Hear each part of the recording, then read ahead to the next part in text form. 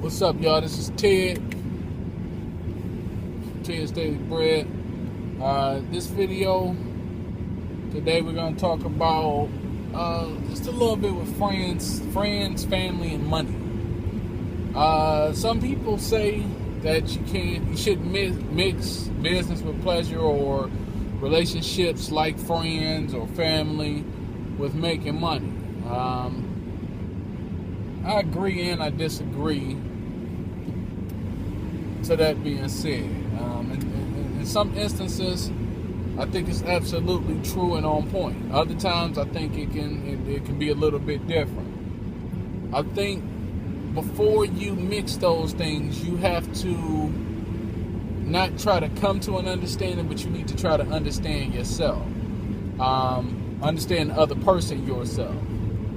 It's no point of going too far down the road with somebody that you're not compatible with. It's just like a relationship. I can remember before I got married and hooked up with my lovely wife, certain females that I kicked it with, and I knew, damn, she's cool, we can kick it, we can have a good time, but I knew it was a little certain shit in their personality where we wouldn't be able to get along. It was certain things in their personality where I knew, damn, we would argue. She would get mad as shit that I do this, or I would be mad as shit that she does that. So you want to kind of feel people out the same way in a business relationship. Also, you don't want somebody that's just like you. Same thing in a romantic relationship. Why would you want, if you're messy, why would you want a chick, or why would you want a dude that's messy too? Now you just got a messy ass house, but if you complement each other, now you got a clean house. And the things that you're good at, that she's not good at, or he's not good at, that's getting taken care of too. Now you're knocking all kind of things out, between the two, rather than just being with people that's the exact same as you. Of course you need to have common interests and common likes, but you can't be the exact same thing. Same thing with business. You need somebody that's strong where you're weak sometimes. And you want to still at the same time try to improve on your weaknesses. You shouldn't really be content just being weak at anything, but you need to be able to complement each other even while you're working on those strengths. Why wait till you've developed all of that stuff to even be able to make money? That's stupid. If you're going to partner with people, and I'm not a big proponent of partnering up, but of course it's necessary. You can't be an island, but when it comes to friends and family, it's more at stake than, a couple dollars or something like that. Partnering with that friend or that family member, you might lose or fuck up something that you took a long time to build. Case in point, a friend of mine, a couple friends of mine, they started a business together. Because they had the same interests, the type of store that they were opening, it interested both of them. But when they got down to the nitty gritty, one of them, he wanted to go hard. He was a go-getter. The other one, he had some good ideas, but he was kind of a more talk to action type of guy. So while guy A wanted to go do marketing, guy B wanted to do the same shit that they had done in the past and keep doing that over and over again and find different ways to do that over and over again.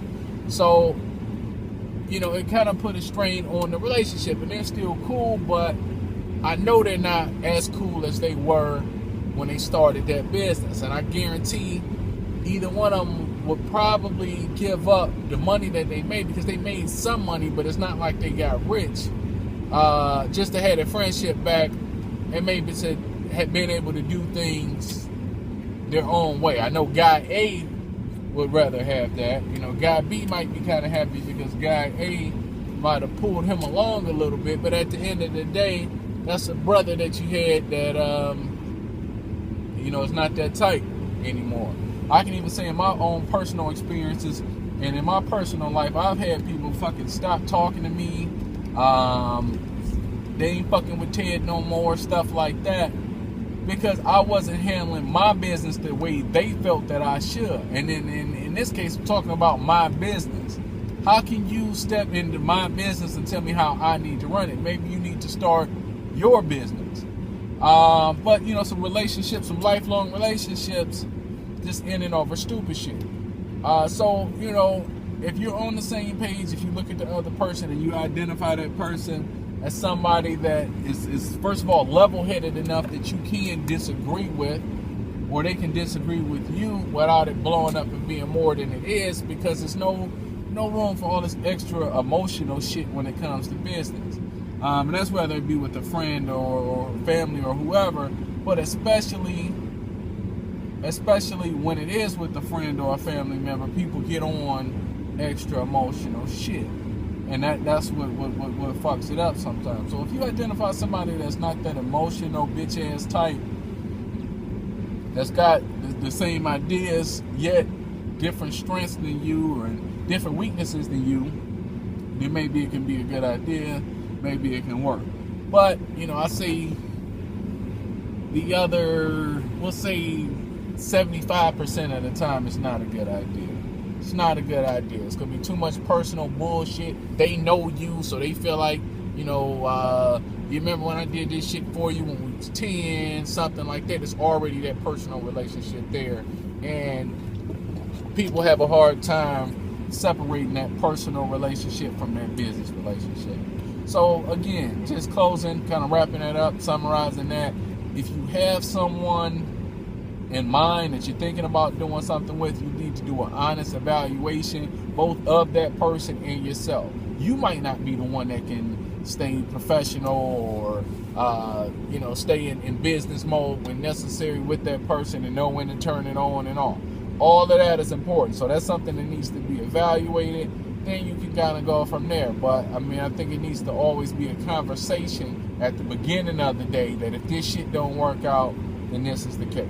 Sometimes that's easier said than done. You might even want to evaluate if it's worth the risk of fucking things up for goals. Maybe the person wasn't a friend in the first place. Maybe you shouldn't have been fucking with them in the first place. And sometimes it does reveal that.